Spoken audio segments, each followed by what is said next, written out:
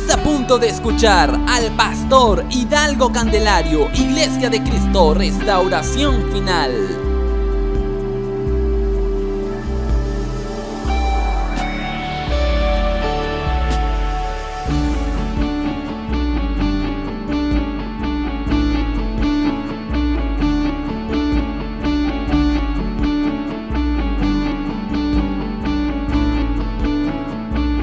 El apóstol Pablo expresa perfectamente el deseo más ferviente de todo verdadero seguidor de Cristo, a fin de conocerle. A fin de conocerle. Conocer a Cristo en el sentido paulino, en el sentido de la Biblia, no es un tipo de relación mística. Conocer a Cristo en el sentido paulino, conocer a Cristo de acuerdo a la Escritura, no es un tipo de relación mística que muchos imaginan. A veces va de la iglesia, tembló, cantó, gritó, se cayó al piso, se pegó en las paredes y dice, hoy sí tuve intimidad con Cristo. Eso no es lo que Pablo quiere decir. Eso no es lo que Pablo quiere decir. Pablo no estaba anhelando algún conocimiento secreto de Cristo más allá de lo que revela la Escritura. Él no estaba pidiendo que los mensajes privados de Cristo fueran susurrados a su oído. De hecho, el conocimiento de Cristo que Pablo buscó no fue nada místico. Lo que él deseaba saber era el poder de la resurrección de Cristo, la participación de sus padecimientos y la conformidad a su muerte.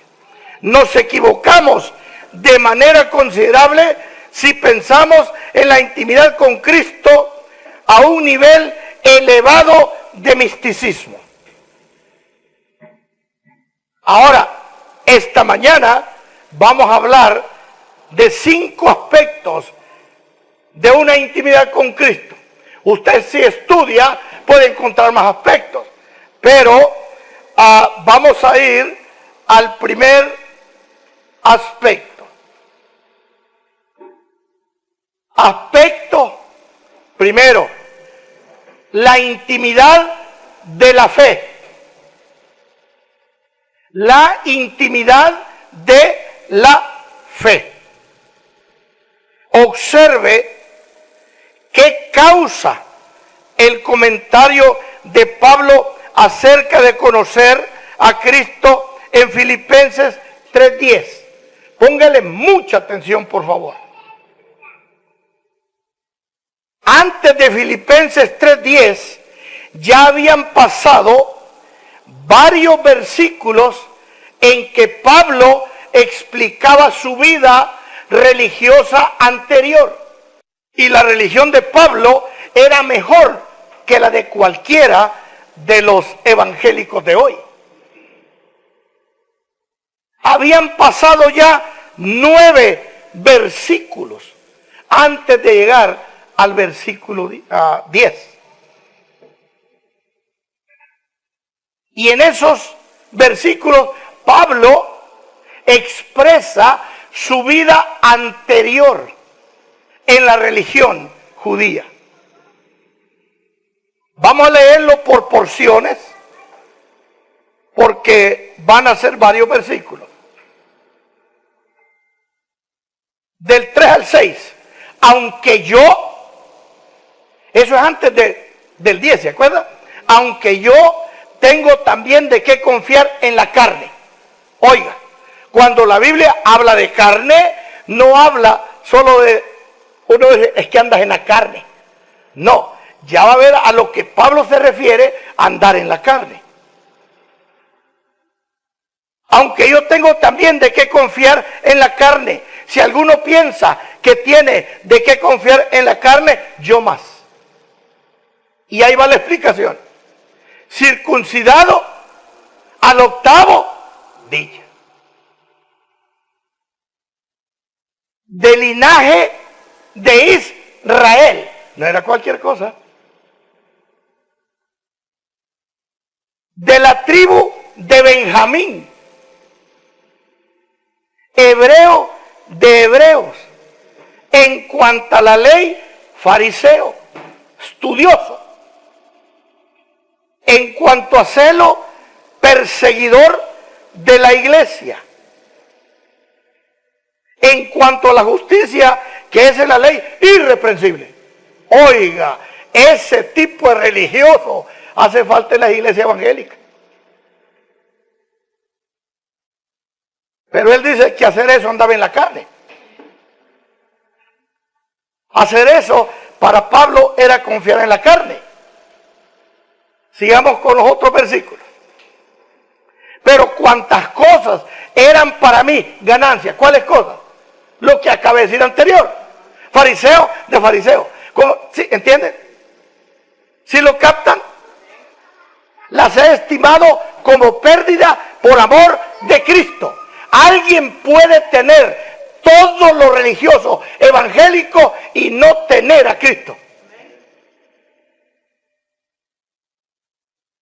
Y ciertamente aún estimo todas las cosas como pérdida por la excelencia del conocimiento de Cristo Jesús, mi Señor, por el cual lo he perdido todo. ¿A qué se refiere?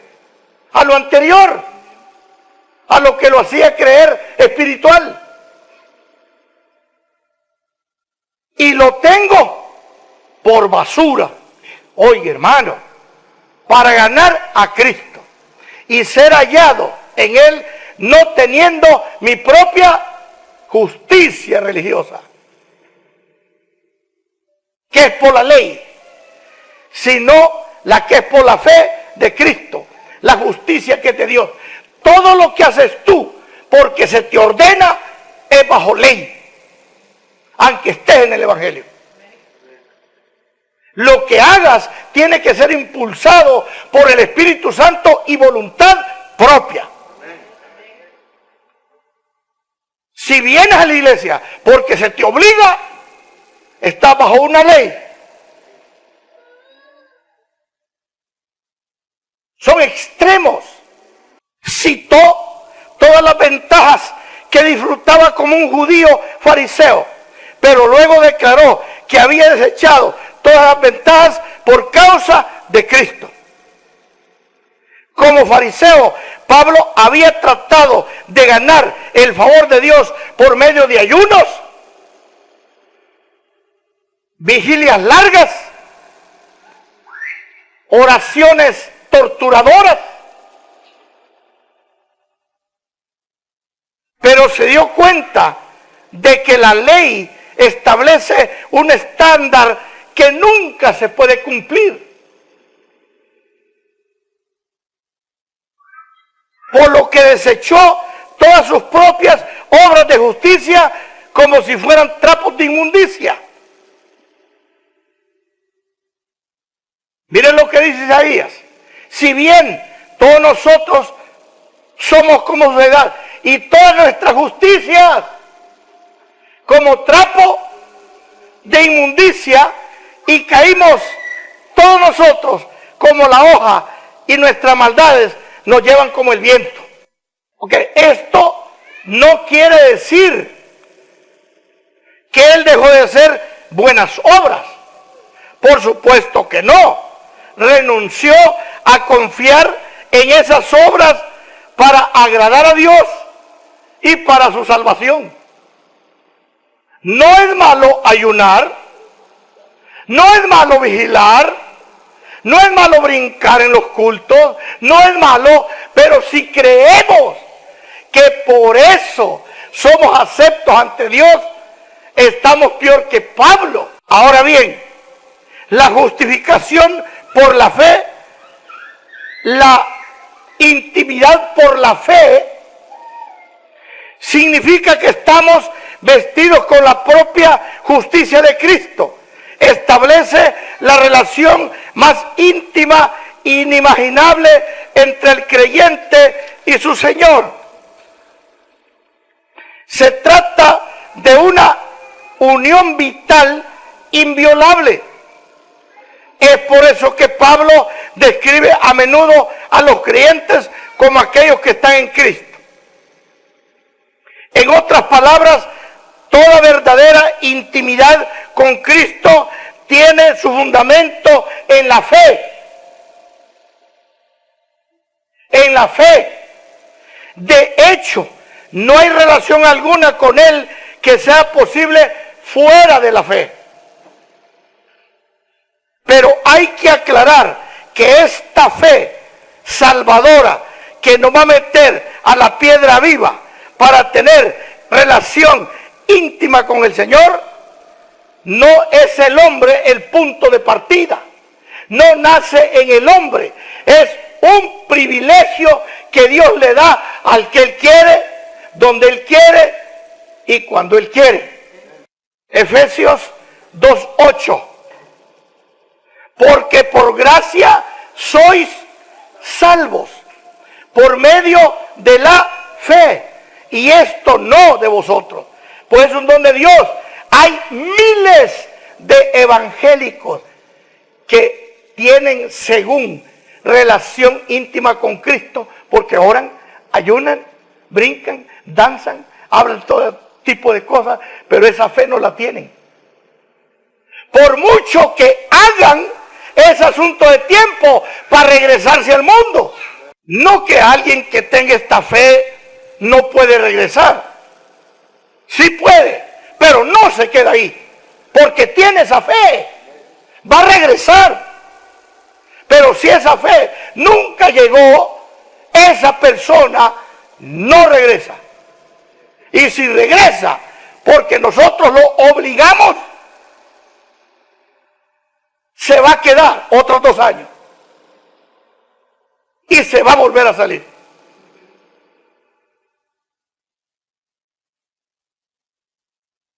Es posible que todos los que pertenecen a iglesias evangélicas me estén escuchando. Este día usted se hace un autoanálisis. Si usted tiene esa fe, primero ama a Cristo y puede tener una relación íntima con Cristo. Sin esa fe, haga lo que haga religiosamente, solo alimenta su ego. Donde quiera que me estén escuchando, gracias a Dios por esta oportunidad.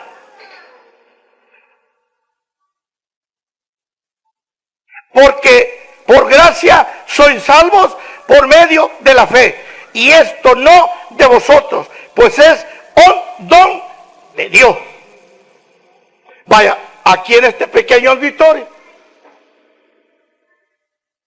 puede que alguno de ustedes ya tenga 2 años caminando en esto y no tenga esa fe. ¿Qué necesita? Clamarle, decirle: Dios, dame esa fe. Ese es el primer aspecto. Vamos al segundo aspecto. Segundo aspecto, la intimidad de la adoración verdadera. Porque misericordia quiero y no sacrificio. ¿Cuántos hay ayunando cada semana, cada 3 días, y cuando les toca hacer misericordia, no la hacen? ¿De qué te sirve el ayuno? Yo creo que se puede ayunar. La Biblia lo dice. Pero ayuno sin relación es un fariseísmo que no te da vida espiritual.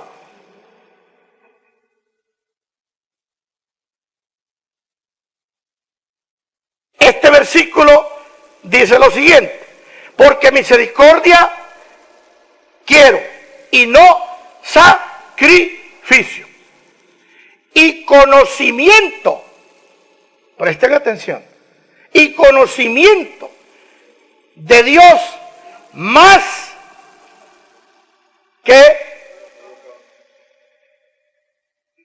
cantos. Más que cantos. Holocaustos eran ofrendas. Y los cantos son una ofrenda.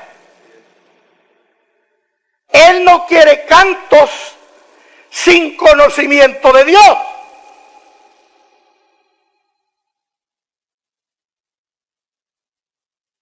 Este versículo significa que no debemos imaginar que la adoración consiste en actos rutinarios de ritual religioso. Tenemos que saber que la adoración verdadera se basa en el conocimiento de Dios. Si queremos que Dios se deleite en nuestra adoración, debemos pensar correctamente acerca de Él.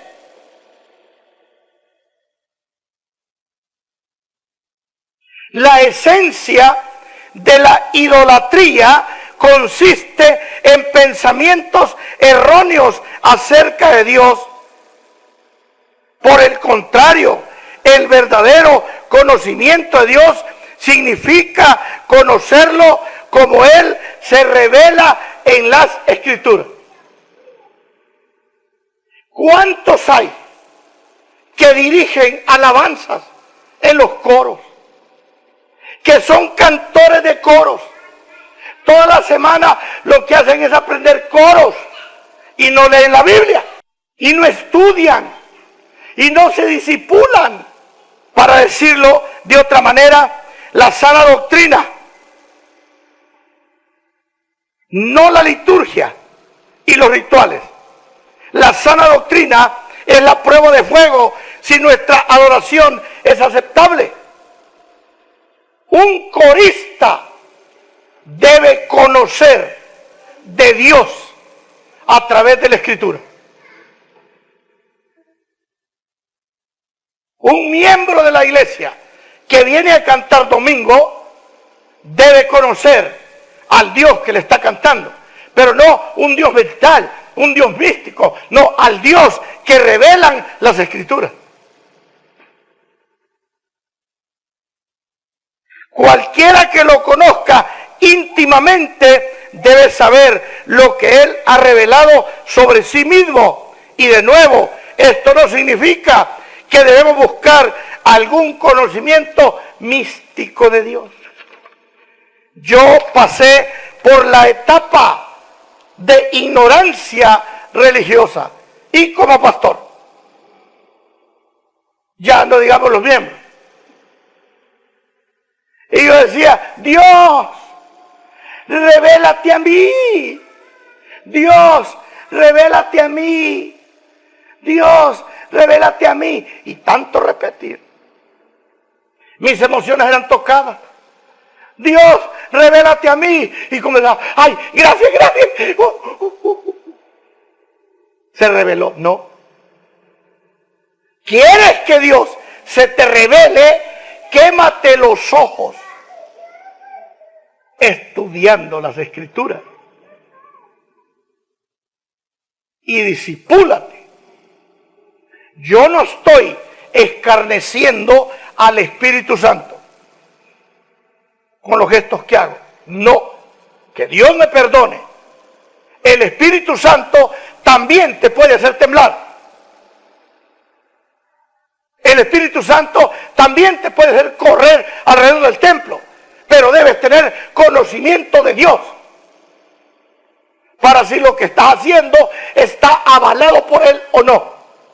El verdadero adorador tiene fruto de labios que confiesan su nombre. Léanlo, por favor.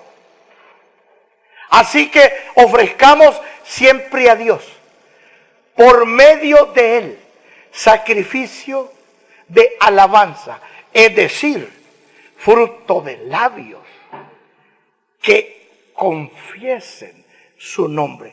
¿Cuántos nombres Dios tiene para revelarse? ¿Sabían?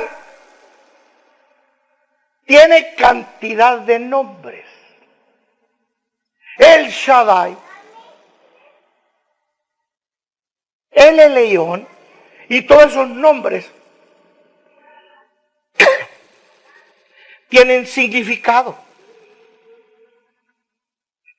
La verdadera adoración es el fruto de labios con conocimiento de Dios.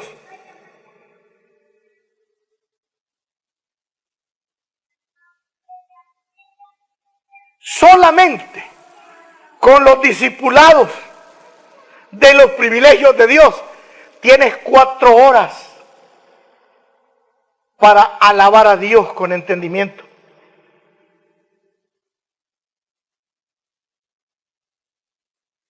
Voy a correr para terminar el estudio esta mañana. Tercer aspecto, la intimidad de la oración. Jesús mismo nos enseñó a buscar intimidad con Dios mediante la oración privada. La oración es donde el creyente derrama su corazón a Dios, y el mismo Jesús hizo hincapié en la importancia de la oración privada. Cuando ores, entra en tu aposento y cerrada la puerta. Vamos a la lectura. Mas tú, cuando ores, entra en tu aposento y cerrada la puerta, ora a tu Padre que ve en secreto. Y tu Padre que ve en lo secreto te recompensará en público. Quiero que preste atención. Las enseñanzas que doy no contradicen, no aclaran ciertas cosas.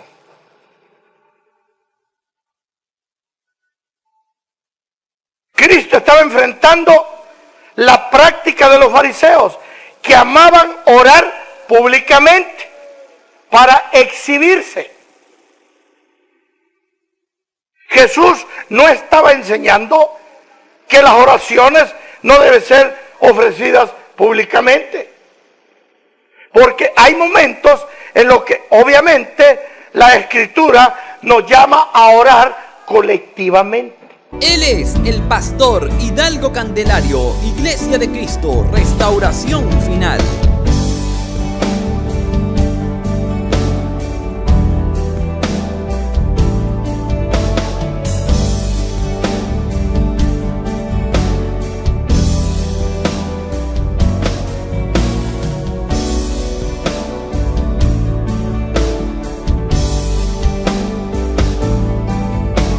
Para mí, las reuniones de oración son bíblicas. Pero si solo oras en la reunión de una oración y en tu vida privada no tienes intimidad en la oración, tienes un problema. Yo creo en la oración privada, creo en la oración pública, creo en la oración colectiva, sí lo creo, pero creo también en la oración incesante privada, que eso es Dios y yo. El verdadero público de nuestras oraciones es Dios mismo. En la oración colectiva nos unimos a orar por propósitos. ¿Se entienden? Pero en la oración privada es la intimidad entre mi persona y Dios.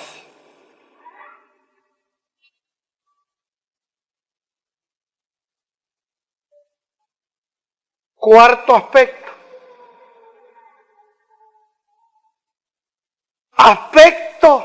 La intimidad de la obediencia.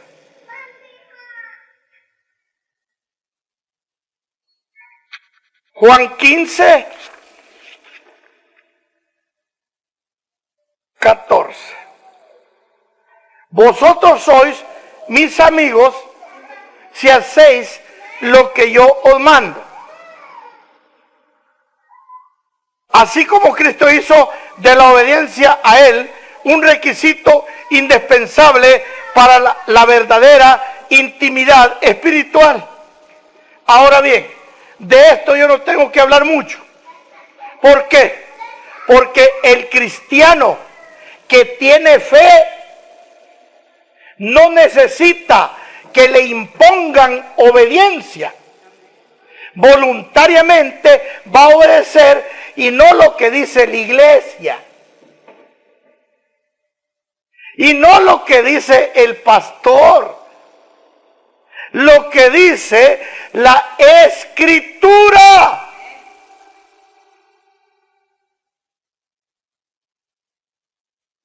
Por ejemplo, yo he estado en lugares que como mandamiento la iglesia impone que no hay que darle la espalda al altar ni un momento. Entonces salen de espalda del templo. Yo no encuentro ningún versículo donde Dios me mande a caminar de espalda. De la única manera que puedo caminar de espalda es que alguien me vaya amenazando.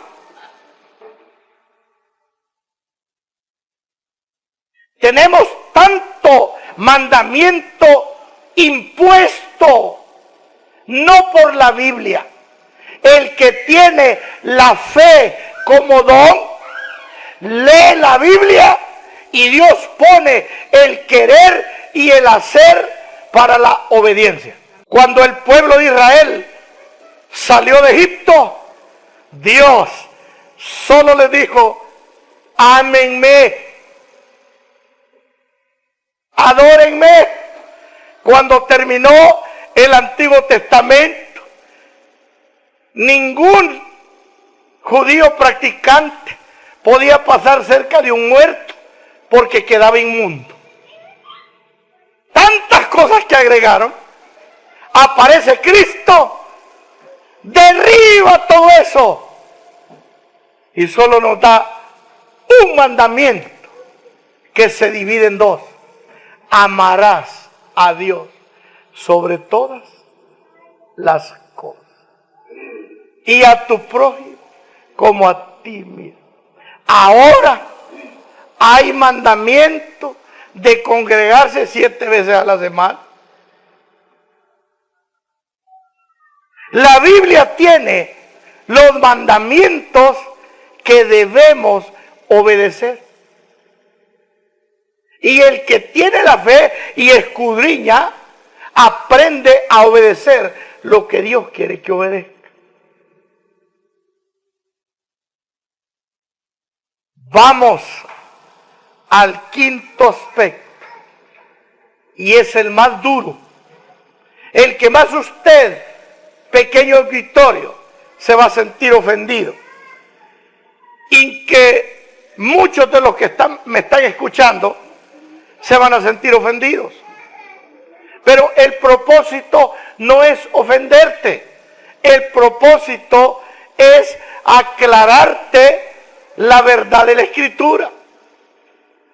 Hace años el apóstol Pablo le dijo a la iglesia: no os mováis de vuestro modo de pensar. Si Pablo estuviera vivo y volviera a escribir Dios una Biblia, ¿qué diría? Muévanse de su modo de pensar, ya se han apartado de lo original, necesitan reforma. Quinto aspecto: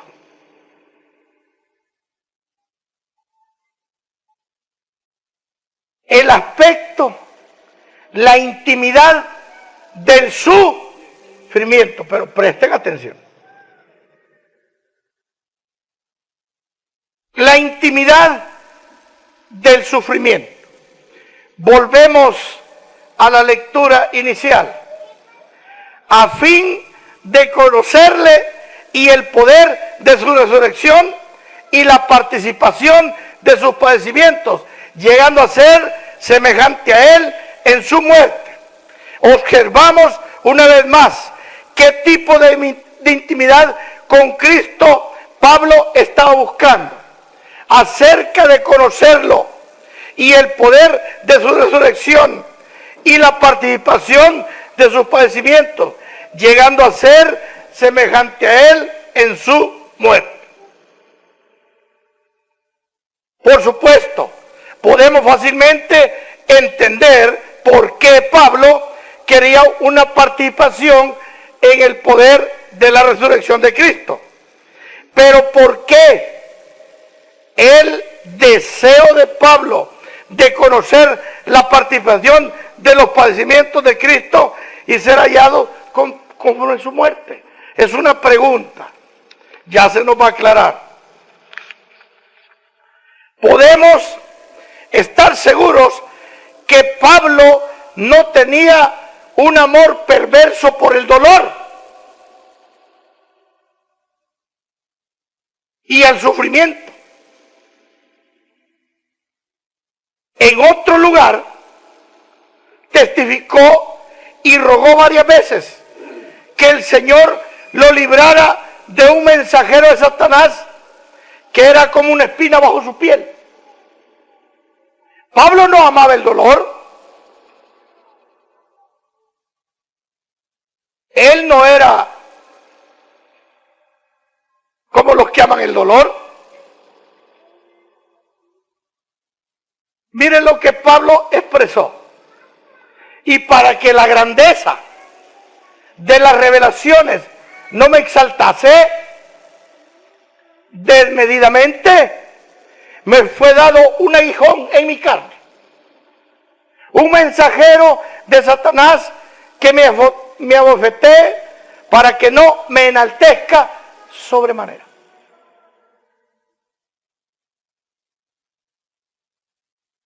Tenía un propósito ese sufrimiento en Pablo, pero no todos tenían ese sufrimiento.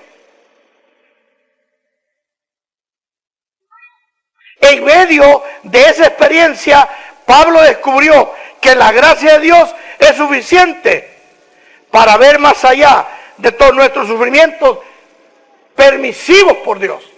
Hay sufrimientos que no son permitidos por Dios. Hay sufrimientos que tú te los buscas.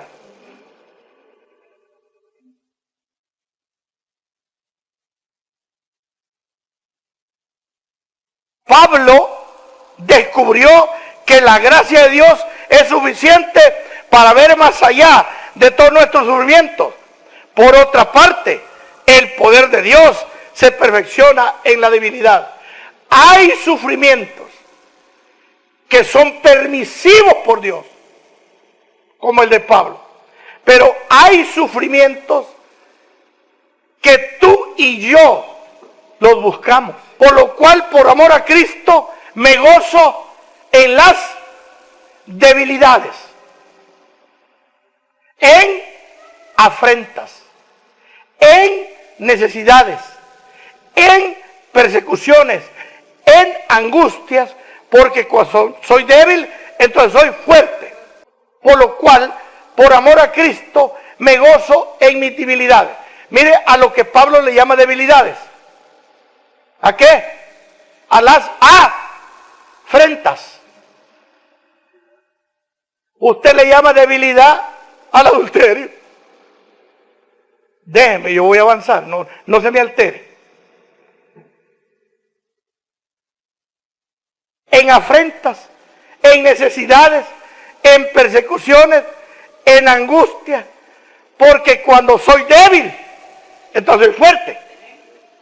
Dios permite ese tipo de circunstancias para debilitarnos en lo que somos. Y al debilitarnos en la carne, en lo que somos, entonces soy fuerte. Pero hay un propósito en ello.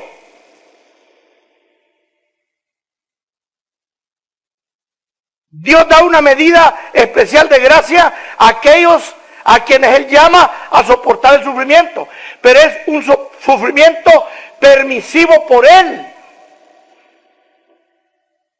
el que tú te buscas, ese no es sufrimiento permisivo por Dios. Hay una bendición especial que solo conocen los que sufren por causa de Cristo. Aquellos que desean una verdadera intimidad con Él deben estar dispuestos a soportar lo que Él permite. Muchas de las cosas que atravesamos los evangélicos no están en la voluntad permisiva de Dios. Están por nuestra mala educación y nuestra mala formación. Quiero que leamos varias porciones del mismo capítulo. Y voy a ir ya aterrizando. Pero ahí está. Más pequeño porque es más. Amados, no os sorprendáis del fuego de prueba que os ha sobrevenido, como si alguna extraña cosa os aconteciese. Sino gozaos por cuanto sois participantes de los padecimientos de Cristo. Cristo padeció. ¿Por qué lo buscó? No. Cristo padeció lo que estaba en la voluntad del Padre permisivo para lograr el plan.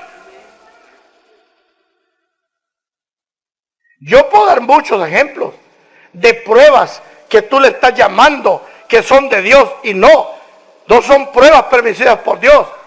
Son pruebas porque tú no respetas a tu esposo.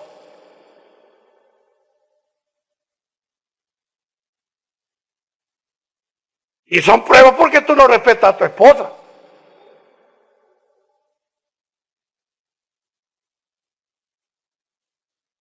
Miles de ejemplos puedo dar, pero no quiero que se ofendan. Dios no me ha llamado a que se ofendan, a que tengo que forzarlos a entrar. Sino gozaos por cuanto sois participantes de los padecimientos de Cristo, para que también en la revelación de su gloria tú también la reveles. Eso está diciendo. Si sois, lean, si sois vituperados por el nombre de Cristo, soy bienaventurado. Porque el glorioso Espíritu de Dios reposa sobre vosotros. Ciertamente de parte de ellos Él es blasfemado, pero por vosotros es glorificado. Atención, atención, atención, luz roja. Así que si alguno de vosotros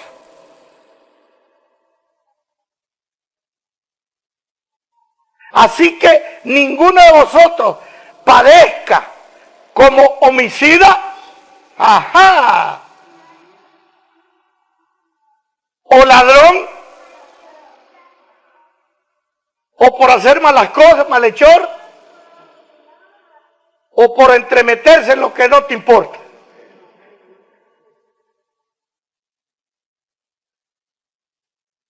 Es de la versión candelariana. Por entrometerte en lo que no te importa. Sé que me están escuchando cantidad de personas que están en pruebas por entrometerse en lo que a ustedes no les conviene. Y dice, estoy padeciendo por causa de Dios. No, está padeciendo por metido. Qué dura es esta palabra. Qué canto más bonito. Quisiera que lo cantáramos un domingo aquí en la iglesia. Muchos de los que están en prueba están por esas cosas. Por ladrón. Por malhechor. O por lo último. Pero mire lo que sigue. Pero si alguno padece como cristiano, no se avergüence, sino glorifique a Dios por ello.